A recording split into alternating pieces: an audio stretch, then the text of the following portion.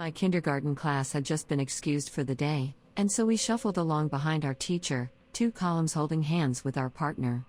Through the chain-link gate and down the path and over to the flagpole to wait for our parents' turn to drive forward and pick us up.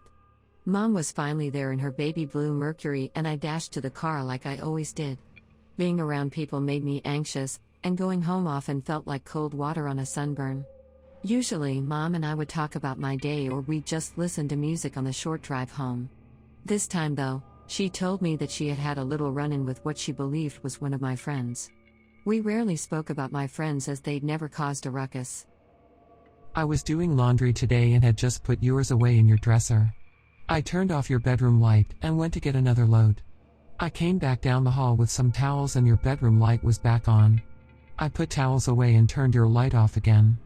When I came back down the hall later, your bedroom light was on again. I felt oddly guilty. Mom wasn't scolding me exactly, but her voice was tense and held an undercurrent of warning that my 6-year-old brain wasn't sure how to process. So, I did what any 6-year-old would do. I threw my sister under the bus. We shared a room, and she must have friends too. Sissy is louder than me. I bet her friends are loud too. I'm not done.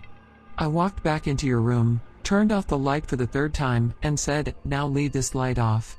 I was halfway down the hall when the light clicked back on, and I heard a voice. But Jody's afraid of the dark. The rest of what she told me came a couple of years later, when I asked her to tell me again about the light switch thing. My mom was a cool-headed, fun, joyful person, so it had never set well that I'd seen and heard that angst in her voice when I was really little.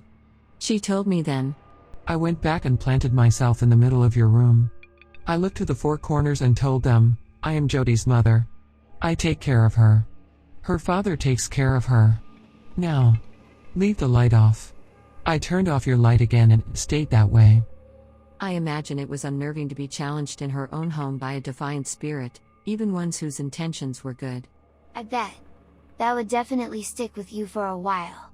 Did your experiences slow down after that at all? With that particular spirit? Yes.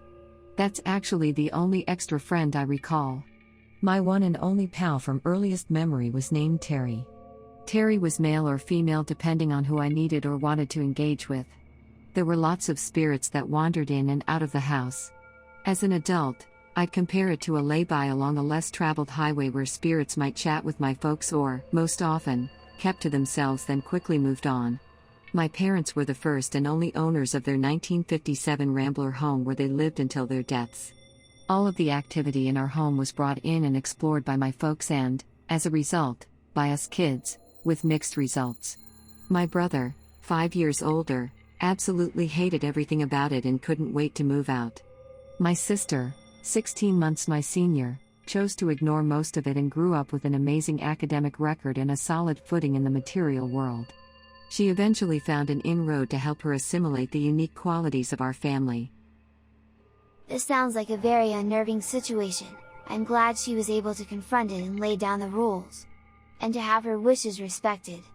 Thank you for sharing this incredible experience with us. Well, Damian, we are glad to see you are back on track searching through our files again. Our message for you today is, he who searches for evil, must first look at his own reflection. We will give you time to ponder on this. See you soon!